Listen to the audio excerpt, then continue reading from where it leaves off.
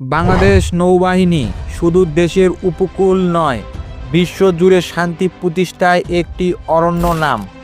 জাতিসংঘ মিশনে তাদের সাফল্য আমাদের গর্বিত করে তুলেছে। আজ আমরা জানব কিভাবে বাংলাদেশ নৌবাহিনী বিশ্ব মঞ্চে নিজেদেরকে স্বীকৃতি আদায় করেছে। বাংলাদেশ নৌবাহিনীর জাতিসংঘ মিশনে যাত্রা শুরু হয় 1993 সালে। প্রথম মিশন ছিল কম্বোডিয়ান, যেখানে তারা খাদ্য সরবরাহ এবং নিরাপত্তা নিশ্চিত করার দায়িত্ব পালন করে।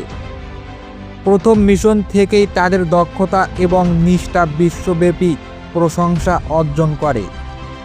বাংলাদেশ নৌবাহিনী আফ্রিকার বিভিন্ন দেশে গুরুত্বপূর্ণ মিশনে অংশগ্রহণ করেছে। বিশেষত নৌবানন মিশনে তারা সমুদ্র নিরাপত্তা এবং মানবিক সহায়তায় নজির স্থাপন করেছে। 2010 সালে হাইতিতে ভূমিকম্পের পর বাংলাদেশ নৌবাহিনী দ্রুততম সময়ে ও প্রয়োজনীয় সরঞ্জাম পৌঁছে দেয়। এটি ছিল তাদের অন্যতম মানবিক সাফল্য।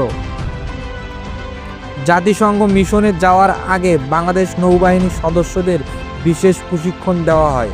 মানবিক সহায়তা, সমুদ্রপথের টহল এবং বহুমাত্রিক পরিস্থিতি মোকাবেলা করার জন্য তাদের প্রস্তুত করা হয়।